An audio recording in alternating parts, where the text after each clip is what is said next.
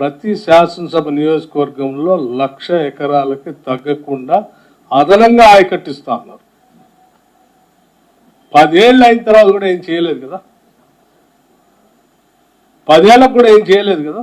మీరా పట్టుకొని 10 రోజులు రాలేదు కాంగ్రెస్ గవర్నమెంట్ వచ్చి 420 హామీలను మాట్లాడితే ఆవిడ నవ్వుతారు కదా.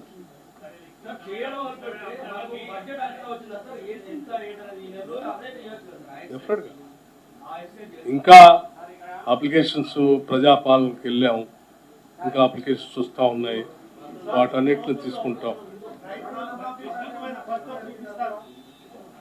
బ్రదర్ ఇప్పటికే మీరు చూసి ఉంటారు, ఇప్పటికే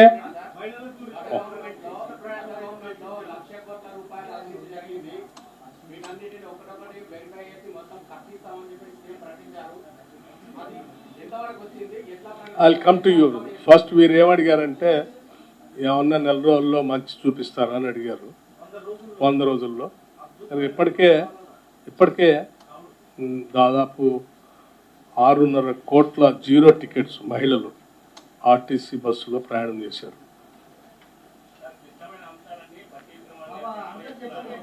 6.5 కోట్ల,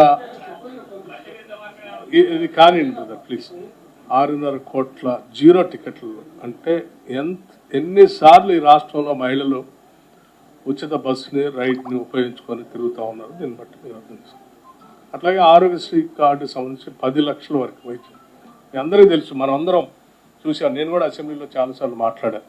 కరోనా టైంలో అన్ని హాస్పిటల్లో 5 లక్షలు, 6 లక్షలు, 10 లక్షలు బిల్లులు వేస్తూ ఉన్నారు. సామాన్యులు ఉన్న పొలాన్ని, ఇల్లును కూడా అమ్ముకొని తట్టుకోలేకపోతూ ఉన్నారు, పుస్తకాలు కూడా అమ్ముకొని. ఇది పెంచాలా, చేయాలి. సో మేము ఈరోజు రాగానే ఆ సమస్య అంతా తెలిసినటువంటి వాళ్ళుగా ఇచ్చిన హామీ ప్రకారం 10 లక్షలు మొదటి రోజు అసెంబ్లీలో మేము ప్రమాణ స్వీకారం చేసాం, బయటకు వచ్చామంటే వీటిని చేసాం.